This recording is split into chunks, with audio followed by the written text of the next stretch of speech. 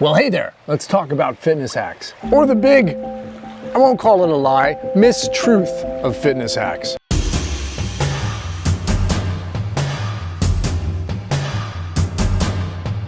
This was originally going to be a reaction video to other people's fitness hack videos. This video will show you 5 great gym hacks to boost your gains.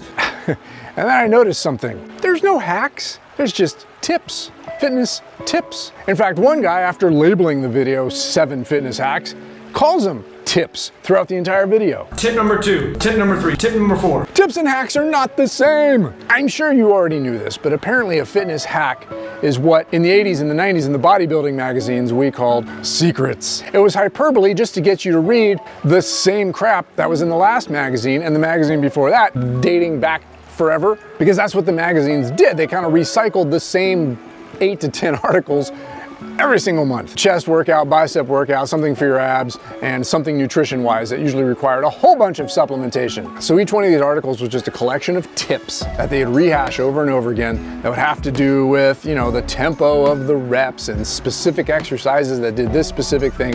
And they all completely missed the point, and that's what we're going to talk about today, because the modern fitness hacks are the same thing. They're those same tips and they miss the same points. And so in practicing to make the reaction video, I just found myself saying that's not a hack. That's not a hack. That's not a hack over and over again. So instead I made my own hack video. Although these are not necessarily hacks. We're gonna infiltrate the existing system, root around and take what will be beneficial to our own personal system and therefore use it on our terms.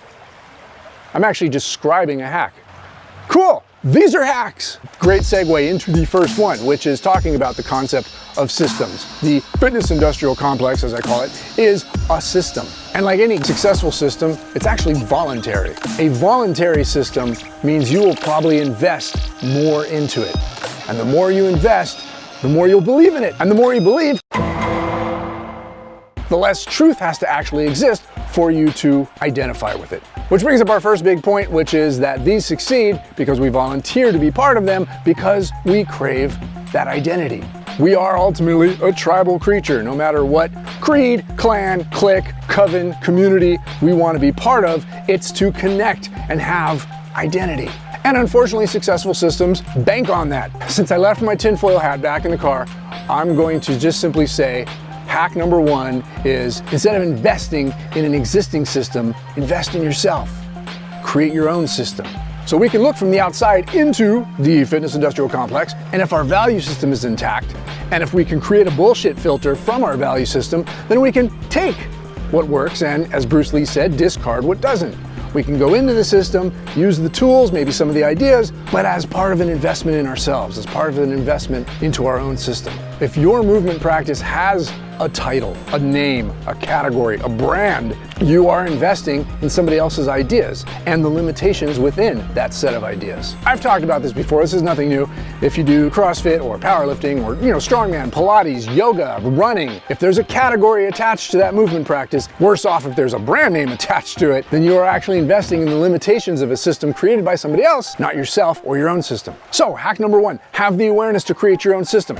This is a little challenging because it means having a relationship with your body, which investing in other systems can almost happily distract you from, because you're investing in their idea of a relationship with your body. Look, we all have the same fitness goal. Believe it or not, we all have the same goal, and that is, let's make a better version of ourselves. This first hack is all about you doing it on your terms, not investing in somebody else's ideas of what a better version of yourself is. Yes, it requires thinking and free thought, and so it requires responsibility. And you know what they say about responsibility. Okay, so that's as out there as I'll get in terms of hacks. Let's talk about practical ideas, tips, investments in yourself. The first is how you can turn anything from within the fitness industrial complex into something beneficial to you. Because although we're sold the idea that automatically happens, it doesn't. I talk about this in past videos where certain exercises are supposed to be good for certain body parts, when if we're connected with ourselves, tons of exercises can be beneficial to that body part. We just have to become 3 things. We have to be precise, we have to be present, and we have to be purposeful. And purpose, oh boy. Okay, just about to rant again. Let's hold off on the purpose rant. Except to say that understanding the reasoning behind why you would want to choose something is important. for yourself, not somebody else's reason. For instance, I have an idea about training that's a little different from the rest. I feel like we should be training skills. In fact, if you're gonna have a hierarchy of how I view training, you think about skills, and then you figure out what movements build those skills, and then you figure out what muscles work those movements. I mean, it seems like a no-brainer, except you don't see that a lot. We assume we're going to get more skilled by being in the gym. Truth is, I know a lot of people who gym all the time who can't move very well, don't have basic movement skills, because they haven't defined their purpose. My hierarchy is skills. We find the movements that help those skills, we train those, and that often means we have to train certain muscles to help those movements build our skills. What we see a lot in the fitness industrial complex is a lot of people focusing on the muscle part, just assuming that doing certain exercises will build those muscles. But those movements don't necessarily build the awareness of the muscle needed to then go into the movement part. So again, be precise, be present, be purposeful. That precise and presence part will help you build the awareness to then go towards the purpose of building skills. That's hack number 2. Be precise, be present, be purposeful. You will have a much greater understanding of yourself and therefore be able to make a better decision of what muscles and movements you'd like to build to ultimately create more skills. That right there will transform your relationship with the fitness industry. If you're willing to do that, train for skills and work on that hierarchy, your bullshit filter has just strengthened itself against a whole bunch of propaganda from the industry. All right, 2 more practical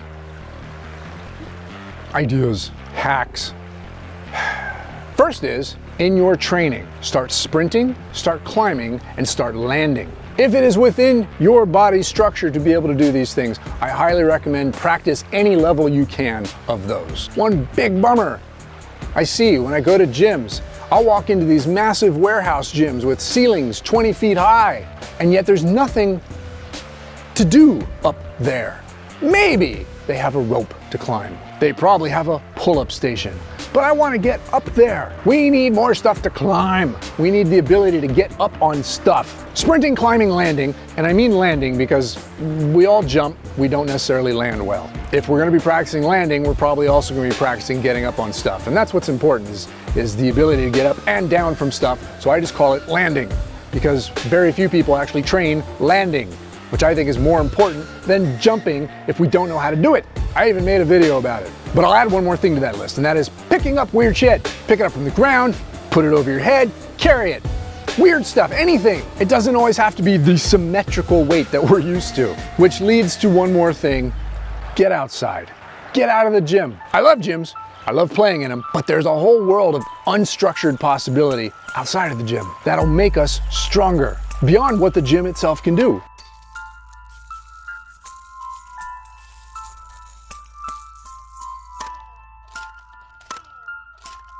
So with that, with the sprinting and the climbing and the landing and the lifting weird stuff, we have a much greater opportunity to go try. So this hack number 3, is train your curiosity. I'm guessing if you're watching me, you're pretty curious.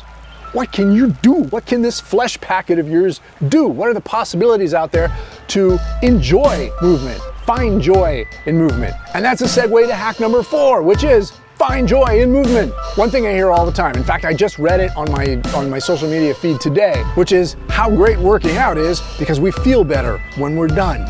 In fact, I know a lot of people who can talk themselves into going into a workout because they know they're gonna feel better when they're done. What about during? Can we find some sort of joy during the experience, from the experience? If anything, in the middle of something fairly intense, try putting a smile on your face just as a little personal celebration of, look what I can do. Even if you're not maxing out, even if you're not hitting some sort of grand PR, even if it's not the craziest workout ever, you know what? Give yourself a pat on the back and celebrate. Have a little mini party about what you can do. What you and your connection with your body, you and the relationship with your body can do. That's a better version of yourself. You appreciating what you can do in the moment. Be present. So all of these hacks, these ideas of creating and changing your own system so you don't have to be manipulated and influenced by a bigger system can be game changers. For me, I remember the moment when I discovered that last one, and it has changed the entire trajectory of my movement practice ever since. Roughly 20 years of going, hey, good job, me. When you can appreciate what you can do in the moment, you will find greater possibility once you leave that moment, once you leave the gym, once you leave the workout. That's my Body Tribe hack guarantee. As always, thank you for watching. Thank you for inspiring, because you do. Hopefully not just me, but yourself as well. And I know we got a little heady today. Trust me, we didn't go into this in the depth I was going to. I actually had a 3-page script ready for this video. It's the first time I sat down and actually mapped out the whole darn thing, and then I realized, whoa, back off. Besides, I'm probably gonna put hack in the title and a bunch of new eyes are gonna be here, and the last thing they wanna see is me going, nah, nah, nah, nah. If you are interested in more, of course, go read my books. I've got a couple of them. They're over on my website. Or join the website. There's a ton of stuff on there, like this. In fact, I have something like 26, 27 vlogs of me just going nah, nah, nah, nah. Not to mention a ton of programs and bonus workouts and all sorts of this stuff. I'd love to hear your ideas. Please comment below. I'll see you next time. Bye.